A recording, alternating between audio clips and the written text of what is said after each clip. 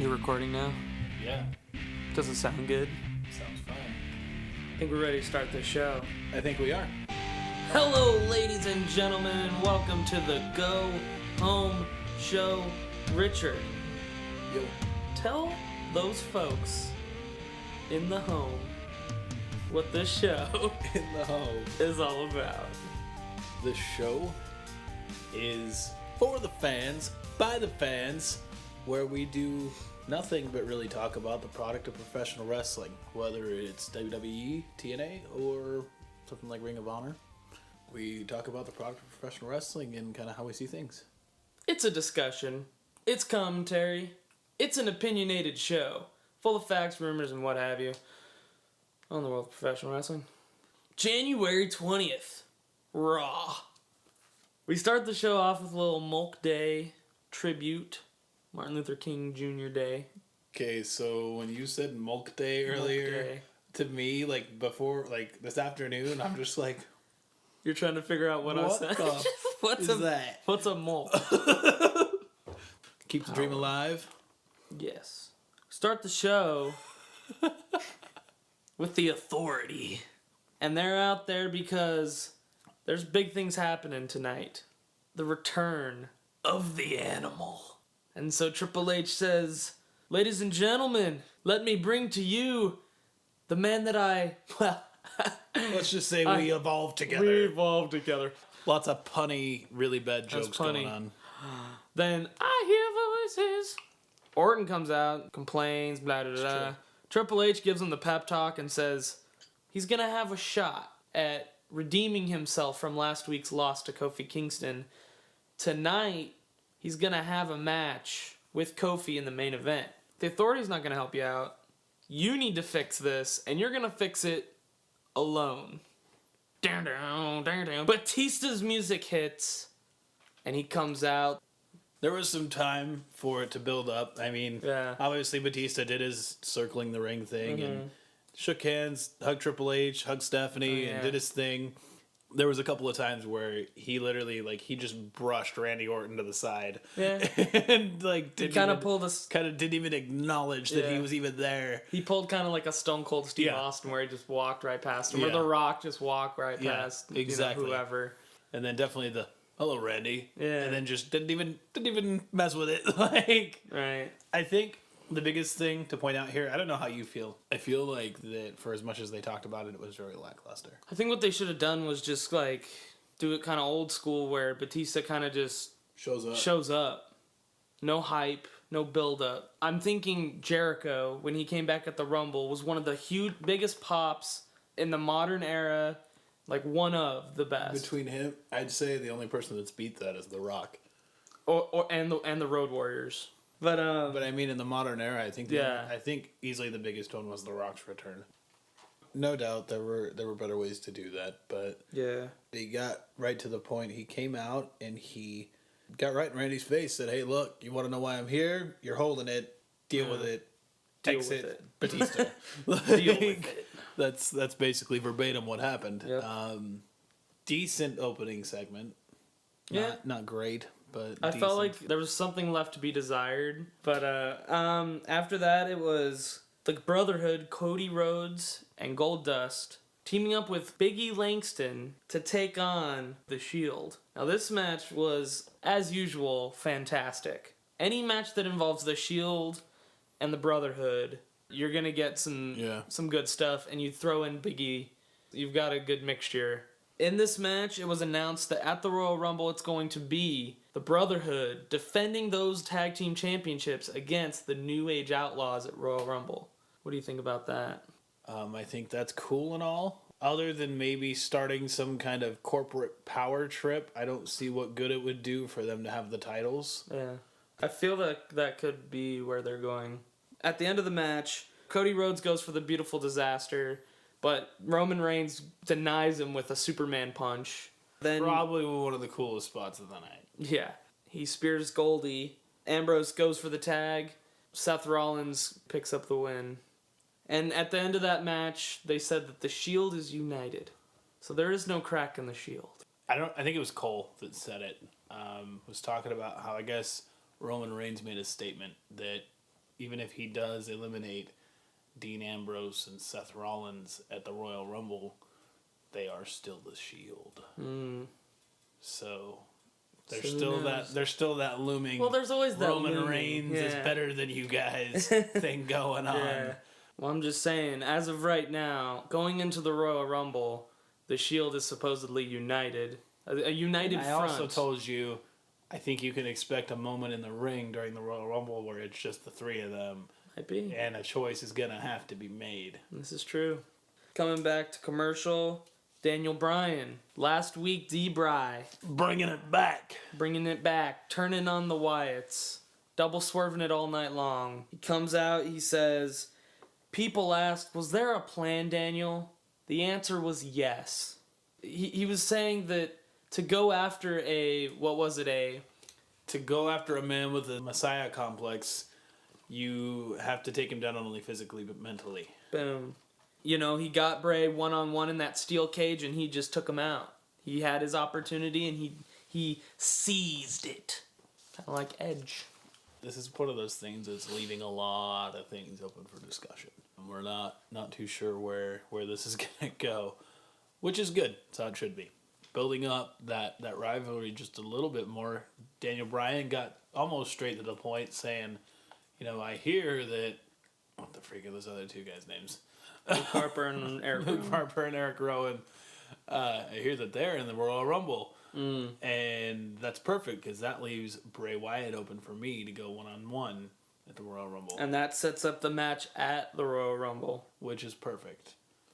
It's a match everybody wants to see. And then Bray Wyatt interrupts and he says, hey man, being a traitor is the greatest sin from where I come from. And Daniel Bryan is a traitor. Tell your mother that you love her.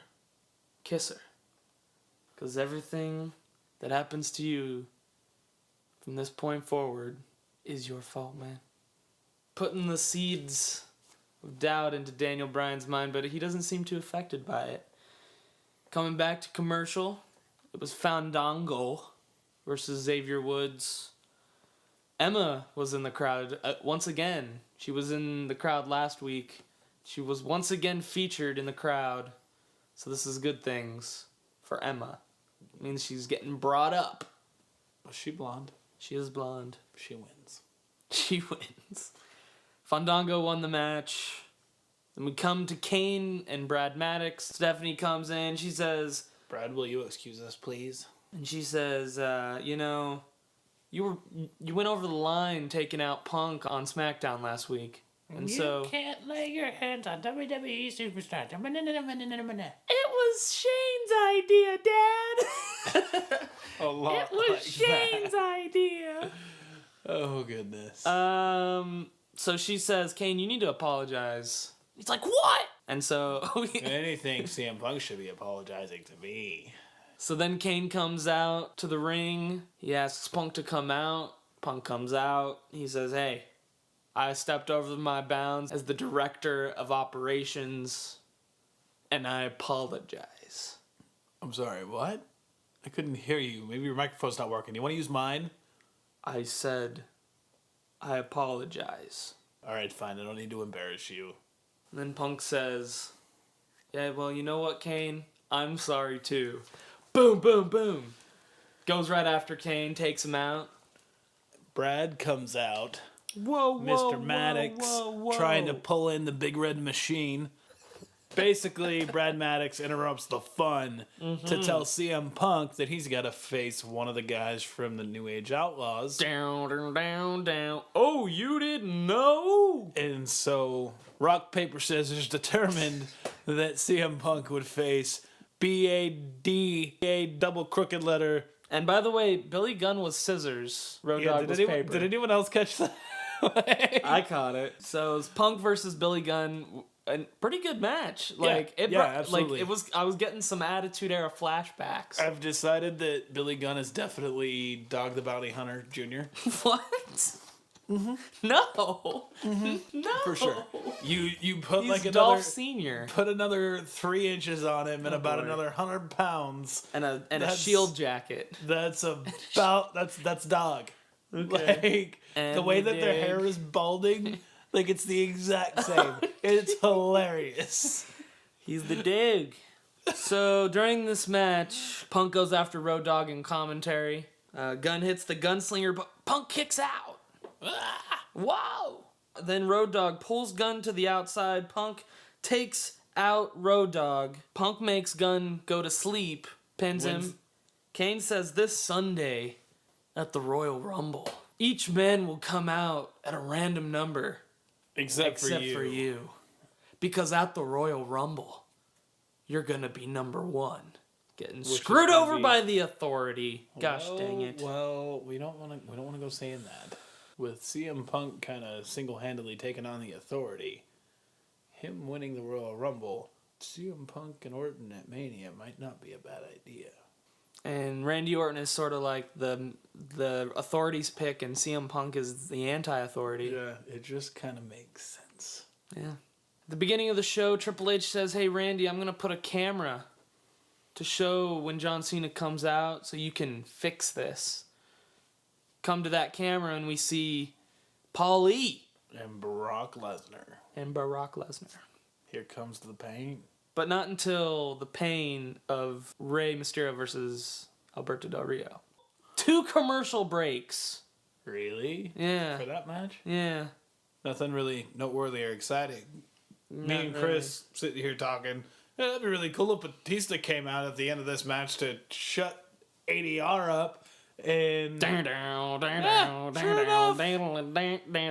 he popped his head out at the end of the match. Put ADR in his place. Hit the spine on the pine. He hit that Batista bomb on ADR. Shut him up real quick. He did. Did his shake the rope, stomp the foot thing, and looks like he is back in full force, which is really good. Yeah. It feels good. And like I'm getting chills talking about it again. And he's in Guardians of the Galaxy in a couple. I don't really care about that. Well, whatever. Just saying. I'm still a little interested as to why Batista has chosen to come back after he was so adamant when he left about not liking the PG era and not wanting to be part of it because of the limitations and such. Did he make like a public statement about that? Yeah. And by public I mean like on WWE TV? No. Like on Raw or something? No. But on Twitter and like interviews and stuff, people ask him like, why did you leave? And he's like, well, I had other interests and I didn't really like how the company was doing this PG thing. The casual fan might not know that. No. So after that, it was the Big Show Lesnar face-off. They're going face to face. And I just want to tell you how much I love this.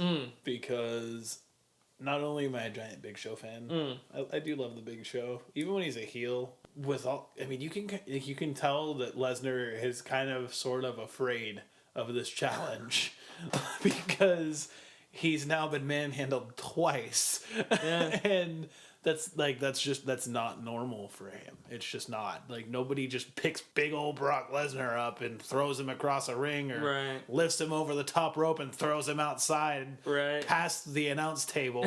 Like, just doesn't happen. Yeah. And so I think like you can kind of see as this unfolds, you can see Lesnar kind of learning that he's got some limits. And that this is not just gonna be a, hey, I'm gonna get in the ring and I'm gonna break this dude's arm. Like, it's not gonna be that easy. And it's kind of letting Big Show do things he hasn't really been able to do for a while. I think it'll be cool to see those guys go toe to toe. So Brock throws an Orton tantrum and starts just breaking stuff.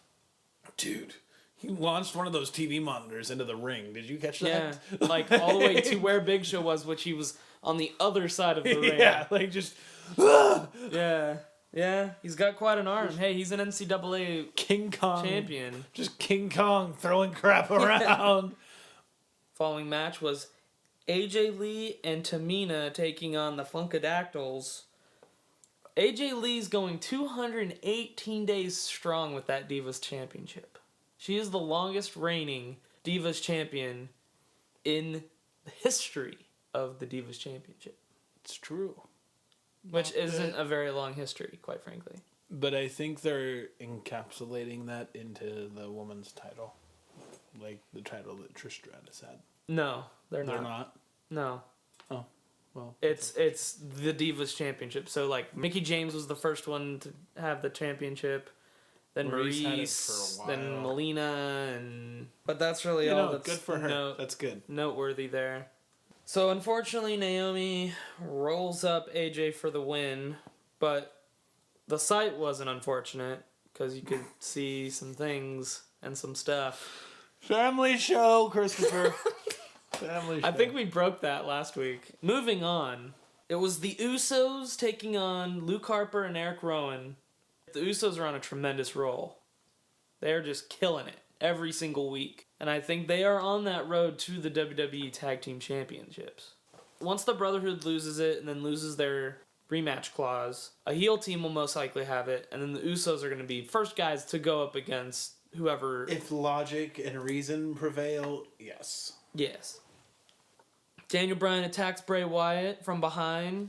Gets him pretty good a couple times. And using this distraction, the Usos roll up the Wyatts and get the pin. Then, it was the main event.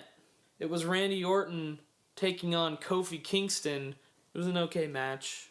They show that camera angle. John Cena's coming down. China! He's doing his power walk. Then he picks up the pace, starts running down the hall. You know, they come back to the ring. Randy Orton and Kofi Kingston are going at it. John Cena rushes the ring like all business. I mean, and it's one of those things. You cross the line, messing with Dad, and you gonna pay for it.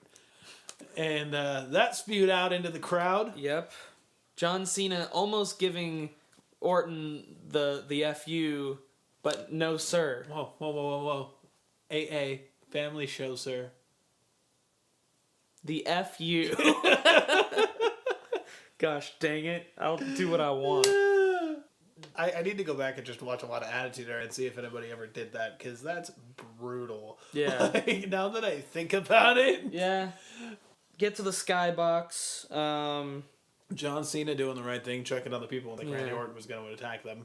Chase it out of the skybox into the corridor where all the other fans are. Chase it through there to outside. Mm-hmm. And we see Orton getting into a car. He drives off. John Cena's just like, no! Like, crap. No!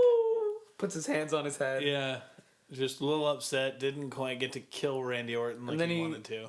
And then he kind of mopes off into the crowd. He gets to the stairs. They play his music. He does this little also loyalty, respect symbol thingy. And we're waiting for something to happen. Something's got to happen here. They take time to watch him walk down all of those stairs, stop and take pictures, shake hands, sign things, and kiss babies. Get down all the way back to the ring for him to jump in the ring and yell, "This is what we do." Do his little hand symbol thing again, and that was it. That was the end of the show. And the whole time, me and Chris are just like, there's got to be more. And then they put up the little corner logo signature thing, and it's like, that's the end of the show? That's dumb. And then entertainment went across my screen, and I'm like, not so entertainment. much. Not so much. They're not hidden in there somewhere. Like, yeah, I felt like that was a really weak end to the go home show. It didn't do it for me. Like if I'm like a fan and I'm on the fence, should I buy Royal Rumble? Should I not buy Royal Rumble? The ending of that show would not make me want to buy the Royal Rumble. You want to know what would have made me want to buy that pay-per-view? D-Bry! Last week when D-Bry and the crowd they should have just and the reversed steel cage. the 2 weeks. Remember me last week telling you, watch, they're not going to do the giant brawl at the end of the show, and you're like, no, they'll do it. I'm like, I don't know. It's just because every year they do. They have like this giant thing where all the Royal Rumble competitors come out. Things is different now. All the whole roster spills out. They're under new management, sir. I guess. New management. No new bueno. material-ish. We got to talk about rating the Raw. Oh, we got to rate the show. I'm going 3. If you go any better, I'm going to throw this cap at you. I'm going to go with a 3 because of the overall show. The middle of the show was awesome. The Batista thing, they could have done more with that, I felt. But they kept it interesting, though. For the most part. And that's the show. That is the show. We're out of stuff to talk about. I mean, we could find more. Yeah. Let us know if the Go Home show sold it for you. And we're talking about this Go Home show, not Raw, Not because Raw. we know Raw was not that good. I think this was better than Raw. I don't think so. I think that's we've got some bias there. Let me know on the Twitter at the ref is blind. And where can they catch you, Gutter? Guys, hit me up on Twitter On at Rich Country. Rich Country. Get her done. Oh boy. Yeah, I just went there. Oh boy. I think it's time to go home. It's time to go home. Let's get out of here. Let's go home.